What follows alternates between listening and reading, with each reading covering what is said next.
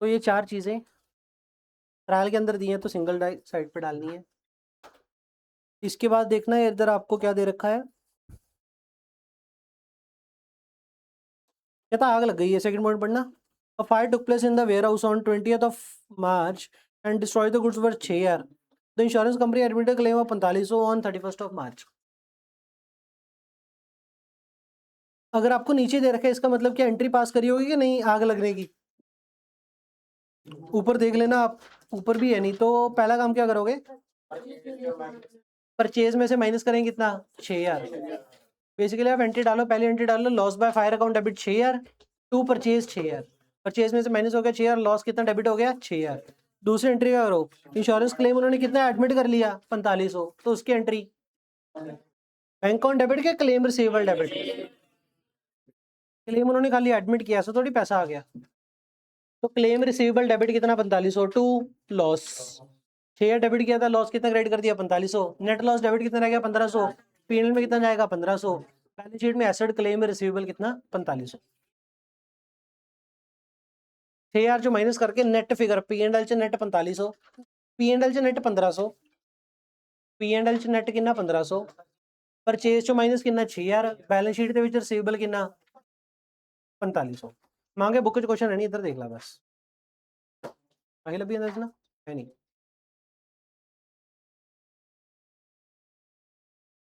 अभी देख लो bank overdraft वाला, बैंक ओवरड्राफ्ट वाला सीन क्या होगा मेरे, देखो बैंक ओवरड्राफ्ट मतलब बैलेंस शीट में जो आपकी लायबिलिटी होगी ना, बैलेंस शीट में लायबिलिटी या फिर ट्रायल में, ट्रायल में या बैलेंस शीट में जो लायबिलिटी की फिगर होगी कितनी होगी, वो क्लोजिंग स्टॉक की जो अपनी वैल्यू होगी उसका इंटू 80% और इंटू 80%, तो ओवर मल्टीप्लाई 80% करेंगे तो ये वैल्यू आ जाएगी।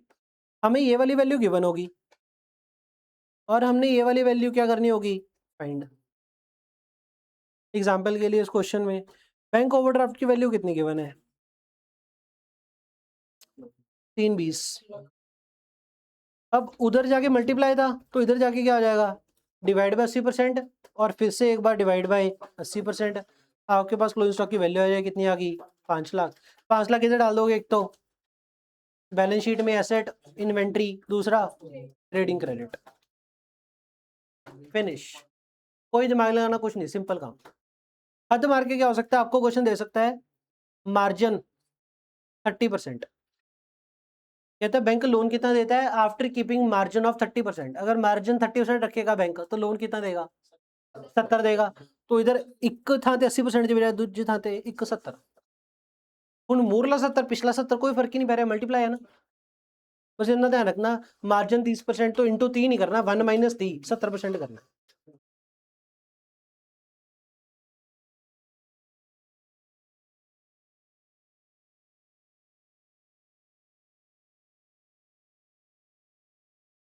कहता है ये स्टॉक 7,65,000 का, this include the goods returned by the customer 25,000 for which no entry have been passed. क्या करना है इसका, क्लोजिंग स्टॉक पड़ा है 7 का, इट इंक्लूड्स, दिस इंक्लूड क्या, गुड्स जो कस्टमर रिटर्न करके कितने के 25,000 के, पर इसकी कोई भी एंट्री अभी तक नहीं करी। क्या करना है, एक तो sale return account debit to debtor, sale return debit to debtor, debtor में से माइनस, सेल रिटर्न जो डेबिट कर दिया उसका क्या करना है, सेल में से माइनस। ठीक है, इन्वेंट्री में कुछ प्लस माइनस करना है, बैलेंस शीट में इन्वेंट्री 7,65,000, ट्रेडिंग में कितना 7,65,000। आगे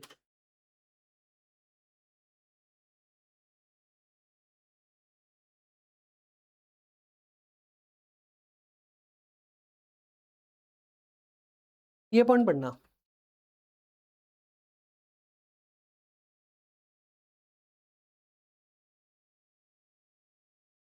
सबसे पहला ये वाला 5वां, कहता है डेटर इंक्लूड बी या due from Robert. Due from Robert मतलब लेनी है, मतलब रिसीवेबल मतलब डेटर, तो डेटर में कितना खड़ा है 20,000, and creditor include 10,000 due to him. 20 उसको लेनी है, 10 उसको देनी है। क्या करना है हमने, नेट करना है, दोनों जगह से कितना माइनस करना है 10,000। कॉन्ट्रा फिगर 10,000 की है, तो creditor account debit 10,000 to debtor कितना 10,000, बैलेंस शीट में डेटर खड़े उसमें से माइनस कितना कर, तो 10,000।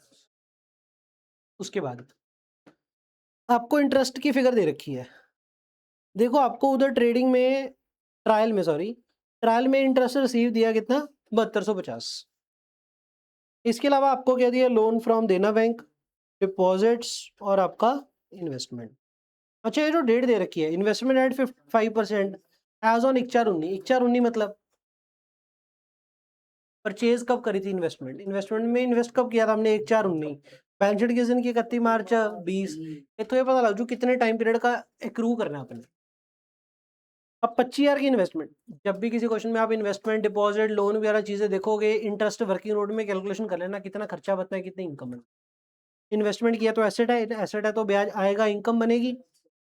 इन्वेस्टमेंट के ऊपर कितना बनना चाहिए 25,000 का 5% कितना 1250 और 1.5 लाख का 10% कितना हो गया 15,000।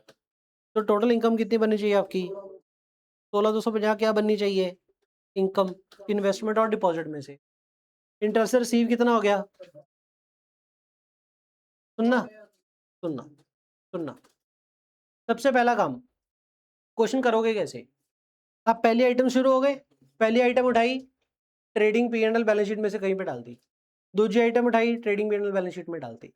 पहली आइटम शुरू हो गए सारी आइटम क्या करोगे किसी ना किसी जगह पे डाल दोगे ट्रेडिंग में P&L में या फिर बैलेंस शीट।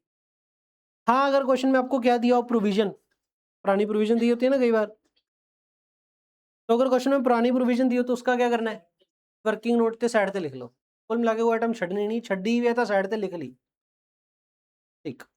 इंटरेस्ट रिसीव्ड है 7250, क्या करना है एक बार के लिए एक बार P&L में क्रेडिट कर दो 7250, P&L में क्रेडिट कर दो 7250 कर दिया। उसके बाद आप नीचे एडजस्टमेंट पढ़ते जाओ, जितनी एडजस्टमेंट आएगी उसकी डबल एंट्री बोलना दिमाग में क्या डेबिट और क्या क्रेडिट। क्योंकि कभी कभी ना क्वेश्चन नीचे मांग लेता है आपसे पेपर में कि give the entry and then prepare the final account. तो एंट्री पेपर में एंट्री मांग लेता है कई बार, एडजस्टमेंट जितनी होती है ना पॉइंट्स एंट्री मांग लेता है, एंट्री लिख के आनी पड़ेगी। तो आप क्या करना है इसमें प्लस माइनस नहीं याद करना, एंट्री सोचना कि क्या एंट्री बनेगी क्या डेबिट क्या क्रेडिट। अब इंटरेस्ट के लिए आपको दे रखा है कहता है interest received represent 1000 from the debtor. Interest receive कितना है ट्रायल में इंटरेस्ट रिसीव कितना है ट्रायल में इंटरेस्ट रिसीव कितना है 7,250 7250। कहता है interest receive represent 1000 from the debtor. है यार तो किससे आया है डेटर से, बाकी किससे आया इन्वेस्टमेंट एंड डिपॉजिट से। अब 7250 में से 1000 तो डेटर का आया है, तो इन्वेस्टमेंट और डिपॉजिट का कितना आया, पर इन्वेस्टमेंट डिपॉजिट का आना कितना चाहिए था आ कितना गया। तो यहाँ से क्या पता लग गया 10,000 क्या है रिसीवेबल कह लो या क्रूड कह लो, क्या करना है 10,000 का receivable account debit to interest income. जो P&L में क्रेडिट किया था ऑलरेडी 7250 उसमें और कितना प्लस कर देंगे टोटल कितना जाएगा 17,250 17। सिमिलरली इंटरेस्ट इधर आपको दे रखा है 75,000। एक मिनट, अगर आपको नीचे लेजर दे दिया इसका मतलब आपको ये बता दिया कि पैसा कैसे कैसे यूज कर रहे हो। स्टार्टिंग में लोन की अमाउंट कितनी थी 25, 30 नंबर को क्या हो गया पैसा और रेज कर लिया अमाउंट बढ़ गई। 31 मार्च को लोन की अमाउंट कितनी है 75,000।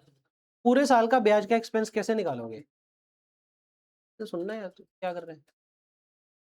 लोन का बीडी कितना था 25,000, 25,000 के बाद 30 नंबर को हमने क्या कर दिया लोन का लेजर है ना ये लोन अकाउंट क्रेडिट हो गया, इसका मतलब क्या हो गया लोन बढ़ गया।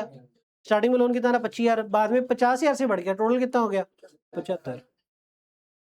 1 अप्रैल से 30 नंबर कितना भरता हमने 25,000, 1 अप्रैल तो 30 नंबर कितने हो गए 6 महीने और लोन के ऊपर रेट कितना है 12%। तो 12% इंटू 6/12 पर 30 नंबर से लेकर के 31 मार्च तक 6 महीने कितना भरते हैं 75,000, उसके ऊपर 75,000 के ऊपर 12%। पहला कितना आ गया पहले 1500 दूसरा कितना 4500। इधर से मेरे को क्या पता लग गया कि लोन फ्रॉम देना बैंक का टोटल इंटरेस्ट एक्सपेंस कितना बनता है। बात सुनना बात सुनना, ट्रायल में लोन की फिगर कितनी आएगी जितना 31 मार्च को आउटस्टैंडिंग है जो सारा साल यूज कर रहे थे 31 मार्च को आउटस्टैंडिंग। पर ब्याज का खर्चा किस वैल्यू के ऊपर निकालना है जो आउटस्टैंडिंग है जो पूरे साल में यूज कर रहे थे। इस क्वेश्चन में तो डाटा दे दिया तो यूज करने के लिए हमने ऐसे निकाल लिया, पर अगर ये डाटा ना रहता तो क्या मानते जितना 31 मार्च को आउटस्टैंडिंग सारा साल उतना ही यूज कर रहे थे। समझिए मेरी बात। खर्चा कितना लोन देना, बैंक का इंटरेस्ट एक्सपेंस इतना बनता है। अब क्वेश्चन क्या करेगा, कहता है इंटरेस्ट पेड कितना है हमारा 4500। अब आप ऐसे नहीं कह सकते 4500 में 6 यार, एक पॉइंट नीचे और दिया हुआ है। कहता है interest paid include 3 year paid to the Dena bank. तो मतलब 4500 में से क्या क्या कर रखा है, 3 ईयर देना देता है, बाकी किसी और देता होगा। जब हमने 4500 देखा, 4500 की फिगर किधर ठोक दी होगी, P&L में डेबिट कर दिया होगा। P&L में डेबिट कितना कर दिया हमने 4500, 3 ईयर देना देता, देना को कितना देना रह गया 3 ईयर आउटस्टैंडिंग इंटरेस्ट रह गया। इसकी एंट्री क्या करनी है, interest expense to outstanding. P&L में खर्चा कितना होगा टोटल 45 पुराना सी, 3 ईयर और 7500 हो गया, टू बैलेंस शीट में आउटस्टैंडिंग 3 ईयर। ये 2-3 पॉइंट समझ में आगे, बाकी ओके है। चलो आगे।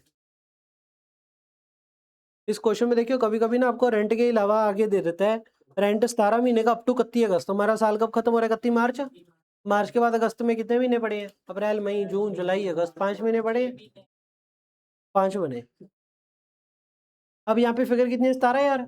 17,000 के आगे क्या दिया 17 महीने, तो 17,000 17 महीने का है, 1,000 रुपया 1 महीने का हो गया, 5,000 रुपया क्या बन गया आपका प्रीपेड। प्रीपेड की एंट्री क्या करनी है, प्रीपेड टू रेंट। एक बार तो 17,000 किधर ठोकेंगे P&L में, पर जब एंट्री डाली प्रीपेड टू अपना रेंट, तो रेंट का एक्सपेंस कम हो गया 5,000 से, 12,000 रह गया। उधर बैलेंस शीट में ऐसा खड़ा हो गया 5,000 का। सर सस्पेंस काउंट दे रखे किधर जाएगा, किधर नहीं जाएगा, एंट्री डाल के खत्म हो जाएगा। आप इसकी एंट्री डालो सी पॉइंट की, क्या था परचेज रिटर्न कितने का 1000 का recorded in the sale return journal and the amount was correctly posted to the party account on the correct side. बंदा अकाउंट तो सही है, गलती क्या होगी, purchase return recorded in the sale return journal, तो purchase return credit, sale return credit और suspense debit. जब सस्पेंस डेबिट करोगे, क्रेडिट खुला पड़ा था सस्पेंस, हम डेबिट कर देंगे, लेजर बंद हो जाएगा। परचेज रिटर्न क्या कर दिया क्रेडिट, और सेल रिटर्न क्या कर दिया आपने क्रेडिट। मेरी बात सुनना, परचेज रिटर्न क्रेडिट किया, सेल रिटर्न भी क्या किया हमने। डाउट ही आएगा सर परचेज में से क्या करना है, परचेज रिटर्न को, परचेज के बाद सिंबल कौन सा होता है, हम क्या कर रहे हैं इसको, तो क्या करेंगे माइनस कर दो, परचेज की वैल्यू में से माइनस कर दो। सेल के पास सिंबल क्या होता है, हम भी क्या कर रहे हैं इसको, तो क्या कर देंगे प्लस। बात पता क्या है, परचेज रिटर्न, सेल रिटर्न और ड्राइंग, वर्ड लिखा हो परचेज रिटर्न, आप उसको क्या मानो, आप उसको परचेज मानो। वर्ड लिखा हो सेल रिटर्न, आप उसको क्या मानो सेल। वर्ड लिखा हो ड्राइंग, आप उसको क्या मानो कैपिटल।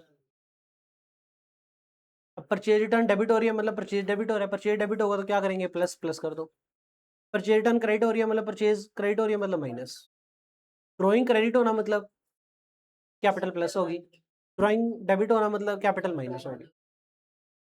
तो इन वर्ड्स के ऊपर फोकस ज्यादा ना करना, आप इनके लिए ये वाले ऑल्टरनेटिव वर्ड यूज कर लेना, पता लग जाएगा प्लस करना माइनस करना।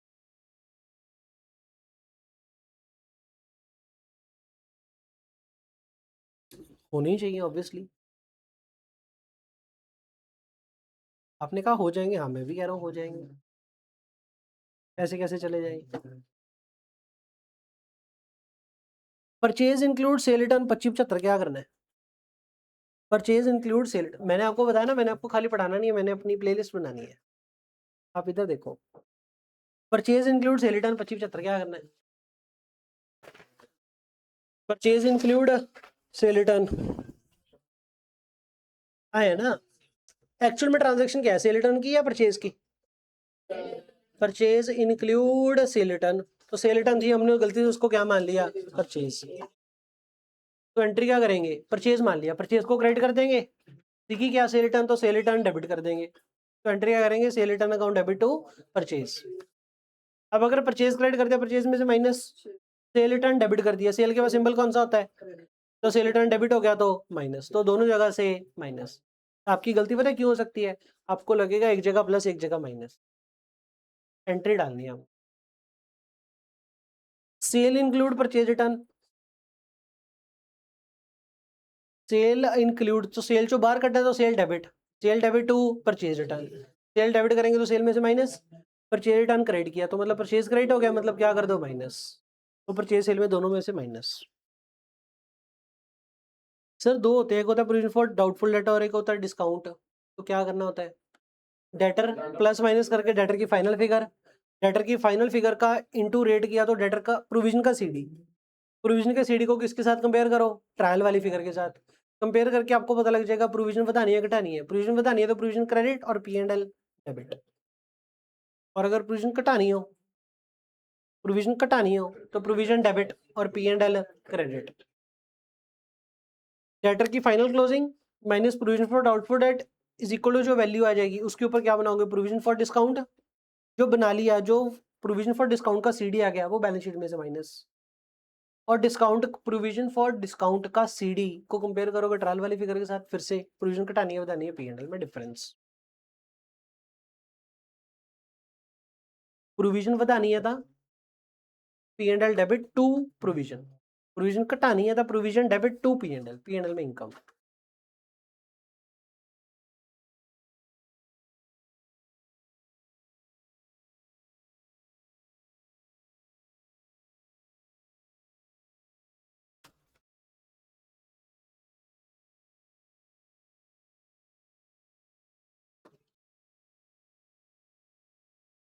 कोई अगर ये क्वेश्चन हो ट्रेडिंग, हेलो, बनाना क्या है, सिर्फ trading and P&L, question they they factory expense किसे डालोगे, कि स्किप मार देंगे, सर फैक्ट्री एक्सपेंस तो फैक्ट्री मैन्युफैक्चरिंग अकाउंट में आने चाहिए, ट्रेडिंग अकाउंट में डाल देना, स्किप ना मार देना गलती से, तो फैक्ट्री रेंट के लिए डाल देना, ट्रेडिंग में डाल देना। 8वां क्वेश्चन नॉन आईसीआई, 9वां क्वेश्चन नॉन आईसीआई करने नहीं है, 10वां क्वेश्चन LDR लिख के करा दूं, अपने आप कैसे करोगे, आप छोटे बच्चे हो। फिनिश।